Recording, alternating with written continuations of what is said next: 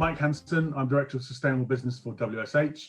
WSH is the parent company, or the holding company, if you like, for BaxterStorey, who are the largest independent food service company in the UK and Ireland.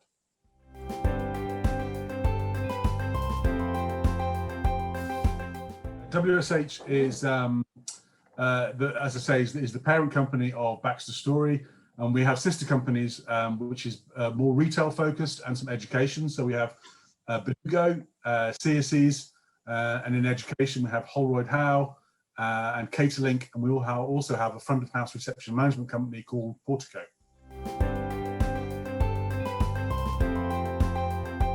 Yeah, sustainability challenges across the whole of WSH are largely similar.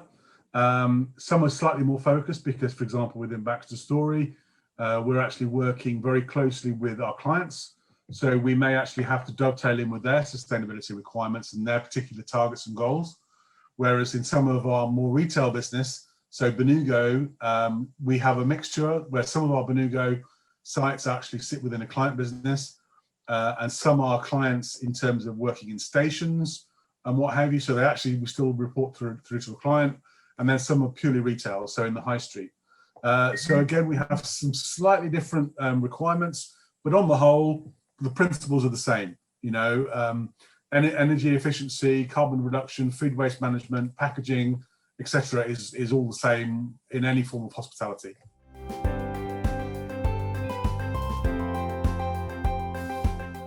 In the years since I've been working in industry, which is a lot of years, I mean, I've been 20 years just with WSH, it's transformed miraculously. We started our agenda in 2006, but I ran that as a part-time role along with my operational business, because I was an operations manager at the time, and then I went full-time into my role in 2011, and that sort of really demonstrates how it's moved. I mean, clearly the environmental movement agenda, if you like, has been around for decades, but certainly from a corporate perspective, it was only probably the beginning of the 2000s that it really started to become fairly big news, and it's grown exponentially since then, up to the point now where, you know, I mean, if we take back in 2006, having an environmental policy was quite a big achievement within a hospitality business.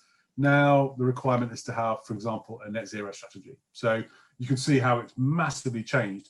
And it's not only around environment, but also the full sustainability agenda. So obviously the social and governance side as well. So social impacts, also bringing in aspects of modern slavery and diversity and inclusion and everything. So it is a more holistic subject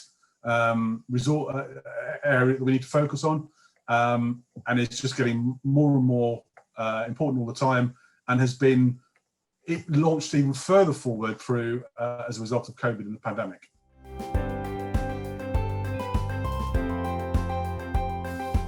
I think COVID-19, the whole pandemic for the whole last year has really has speeded up change, has created a real momentum.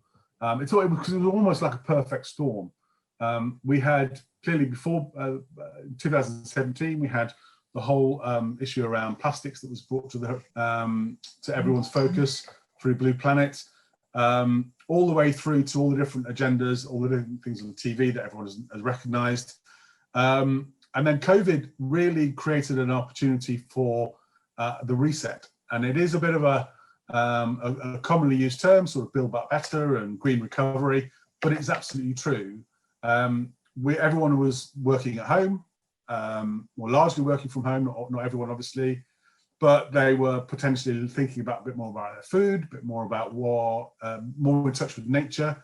They had clear skies and quiet roads, and people would just become time to stop and think and plan about what you want to do going forward. And also to think, you know, everyone's been talking about getting back to normal, but actually, were we happy with the normal, or do we now need a new normal? And the new normal, I think everybody would like to see, you know, emptier skies, cleaner air, quieter roads, more focus on nature, biodiversity. Clearly came out, you know, it's greatly talked about originally the source of the whole pandemic was from zoonotic disease created by basically the way we're encroaching on nature and becoming closer with species that were, had these diseases and these viruses for years and very happily and carried on. It's only when they're transferred over to the human species that it's become a massive issue. So I think it's the period of reflection has been absolutely enormous and brought about, which is why I think the whole agenda has been zoomed forward, if you pardon the pun, in the way it has.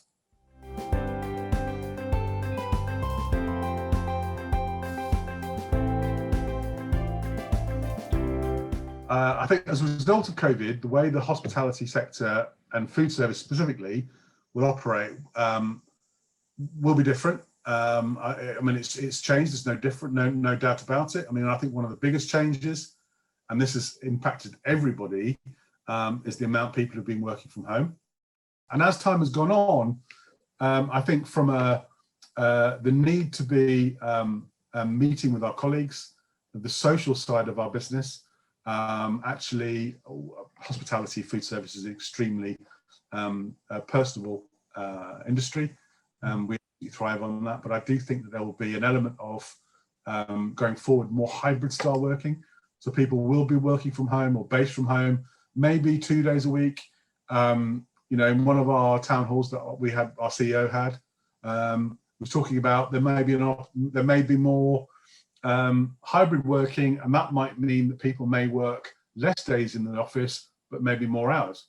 So the way we're going to deliver our services might be slightly different. So we may offer, rather than say, for example, a breakfast and a lunch service, it may be breakfast, lunch, dinner, and all day grazing. So I think that's going to be a big change. I think hopefully the backward step we've taken on in terms of single-use packaging, because clearly everyone would be making some great strides on reducing single-use packaging, increasing the use of reusables. Before the pandemic, that's taken a real backward step because of largely perceived concerns around COVID safety. And hopefully we can start to recover that, and that will come back. So there's going to be some massive changes, but I do think hospitality, food service, caterers are probably amongst the most innovative, creative people in any industry. And as a result, we're extremely nimble, entrepreneurial, and we can make changes. I mean, you will have seen over the last few months and over the last year for sure, all the industries that have started, all the sectors and businesses that have started takeout services, deliveries,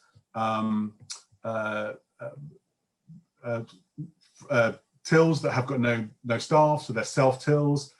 Just the creativity, innovation that's come about, the home delivery services. I mean, BaxterStorey, we launched BaxterStorey at home.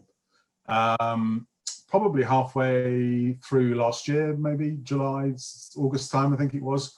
And it's been absolutely massive. I mean, it's been absolutely huge. And I think a lot of these businesses that have done these types of services will retain them going forward because of and run them alongside their new business. So, the pubs and the restaurants that have been doing takeaway food deliveries, that may well continue in a lot of areas because it actually has been extremely effective, and it's another string to the bow. So I think we take the positives out of the pandemic, and that is clearly one of the positives, that it's created and helped people think about their business in a slightly different way and be really creative and innovative going forward.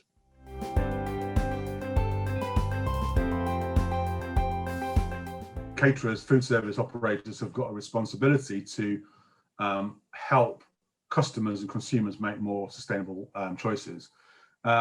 We touch thousands and thousands of people every day, and those people touch and connect with their families and friends every day.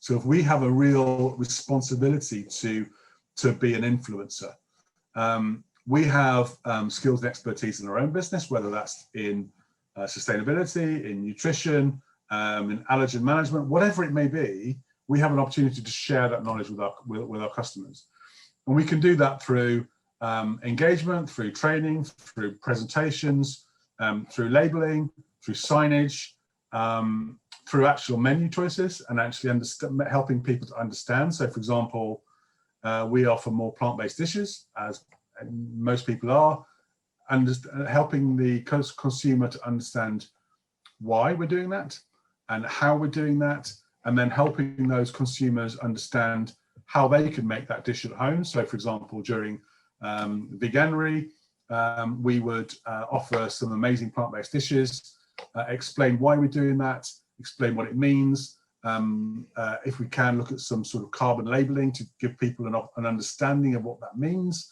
and then provide them with some recipe cards to actually help them then take that home and do that themselves. So we're actually influencing their own behaviours at home. So 100%, I think that caterers, hospitality operators have an absolute responsibility to engage and influence and educate consumers and customers.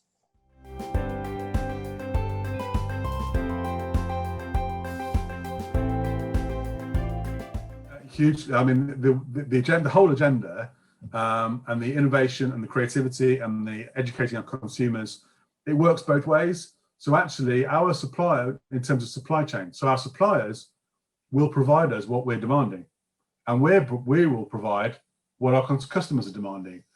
But we also have to be clearly mindful that, you know, it's an old one, but if Henry Ford had asked his customers what they wanted, they'd have said a faster horse rather than a car, because they didn't know what a car was. So actually, that's where we can influence and educate, because some of our customers don't know what is around the corner and don't have that experience and knowledge to understand.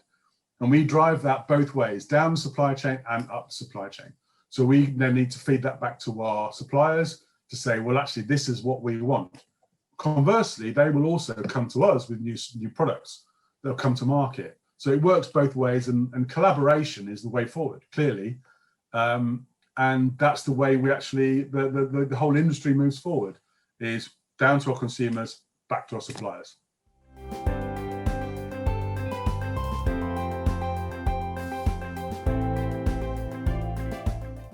I think having a sustainability agenda, and my preferred route is using the UN Sustainable Development Goals, provides an incredible framework from which to understand the sustainability agenda, because it encompasses every aspect of ESG, or environment, social governance. It can be quite overwhelming when you first look at it, but what it does help you do when you look at the SDGs is it provides you with a framework for understand, firstly, all the amazing stuff you do already, because there will be masses that happens in your business that you don't realize actually plays in and significantly contributes to the sustainable development agenda. And from that, once you've looked at that, you can then look to develop targets and goals going forward within your own business, based on, and I would suggest, based on a materiality index. So actually looking at what's important to you, your business, your investors, your consumers, your stakeholders, and then use that to drive forward. But everything from clearly reducing carbon, the big issue at the moment, big story, particularly as we move towards COP26, is carbon reduction and routes to net zero, science-based targets, etc., and everything that plays into that. So energy and water efficiency, as you've already mentioned, food waste, but also the food we're buying. Where is it from? The provenance, is it local, seasonal? How is it produced? Looking even further towards biodiversity, soil quality, and regenerative farming. So how do we have an opportunity to work with regenerative farmers to actually look at carbon sequestration into soils, etc. So it is huge, and the more you get involved, the more there is to look and focus on.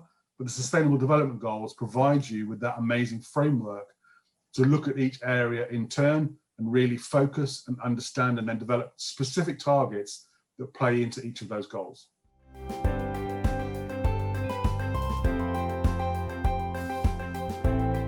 I think working with Ramco has been fantastic for us, and has really, I mean, certainly, and traditionally, I think everybody, certainly in industrialized nations, we've had traditionally a linear economy. So we make stuff, we use it, and we dispose of it. Well, clearly that's not that's not appropriate going forward. It's certainly not sustainable. So working towards, looking toward trying to encourage a more sustainable, circular approach, and absolutely working with Ramco is a very key part of that.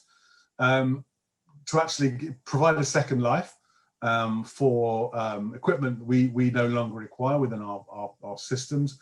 I think working with Ramco even more so now than pre-COVID, because so many locations are restructuring. We've had locations with big restaurants that have now restructured to a small cafe deli, which means we've had lots of equipment that we no longer need, and we've had other areas that have upscaled. So, for example, we work with some clients across the UK that are busier than they have ever been, largely because of lockdown and people working from home. That has meant that they have had to upscale some of their facilities. So they've needed equipment, but have not always needed to buy new. So the opportunity to almost use Ramco as a method for getting people in touch, creating the connectivity between buyers and sellers, and it's been brilliant. It's also clearly from a legal compliance, and ultimately it's about reducing our environmental impact. So, you know, if a piece of equipment is still functional and still works extremely well, then let's give it another life.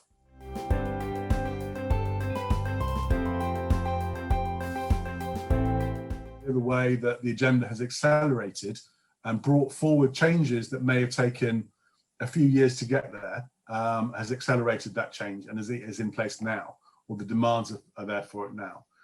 And many of our clients are actually looking at, so we need to be thinking about plant-based diets. So, for example, when we started working on plant-based diets, 2015 with Forum for the Future, and now everybody's demanding, everybody's expecting, requiring. As I said earlier, you know, back in 2006 when we started on this road, an environmental policy was quite an achievement, and now there's a requirement around net zero, and I don't see that changing or reducing in any way. There will be far bigger demands and expectations, but also from a competitive nature. We need to make sure that everybody stays on the right track, and everybody, we're always pushing the boundaries, and I think that I don't see that changing. So I think that the focus on waste and packaging and energy and carbon, particularly animal welfare, biodiversity, soil quality, etc., is just going to grow year on year for at least the next 10 years and plus. So I'm personally very excited. I feel very fortunate to be doing what I'm doing because I'm a caterer, but I also look after sustainability. So it's a very challenging area, but very exciting to be in.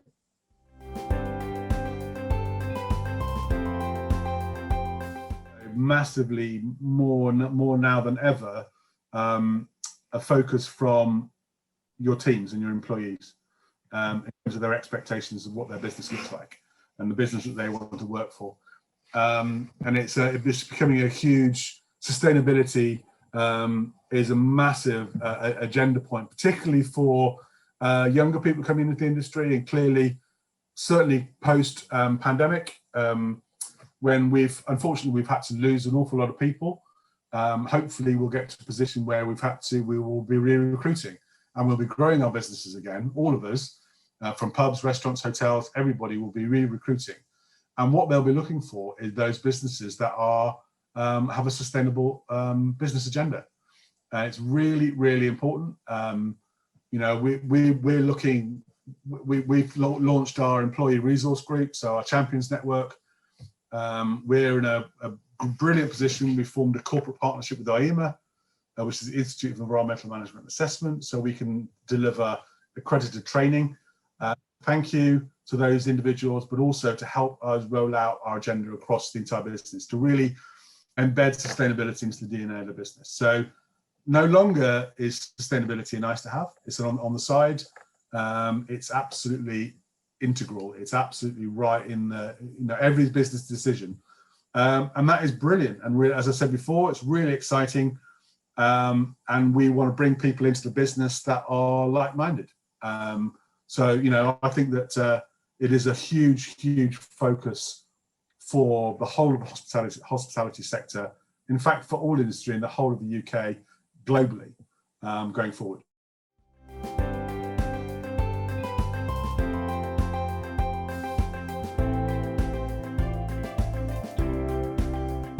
that's had the single biggest impact so far, and I say so far because we're always driving forward, was our food waste reduction, segregation and reporting. So in 2012, we were founding members of the Hospitality and Food Service Agreement with WRAP. In 2014, after loads of testing, we launched our own food waste with segregation, weighing and reporting, linked it through our own accounts platform, pulls through the food and beverage purchases data, so we can then get a food waste percentage. That has had absolutely amazing results. One of the biggest things I like about that is because it was never made mandatory, but every single location does it. So every single location has been reporting since either we started the location or from beginning of 2014. We've seen food waste reductions of just under 42%. It's been absolutely enormous. That partnered with some training toolbox training sessions we call Green Flash on how to reduce food waste has been remarkable. So it's splitting food waste into plate waste, production waste and spoilage waste. Yeah, it's been fantastic. Just segregation alone will give you about 20% reduction.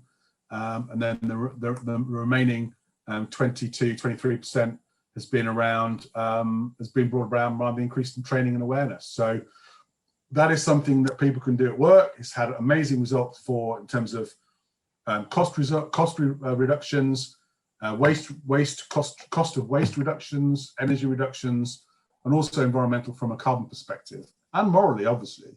But it's also something that those individuals can take home and have an impact in their own lives at home in terms of how they're thinking about their food, how much we're buying, how we're looking after it, how much we're preparing, and what we're going to do with it at its end of life. So I'm particularly proud of that because it's the way it's been embraced by the whole company without it being the big stick. Everyone's got it because they see the benefits from every angle. I'm very proud of that.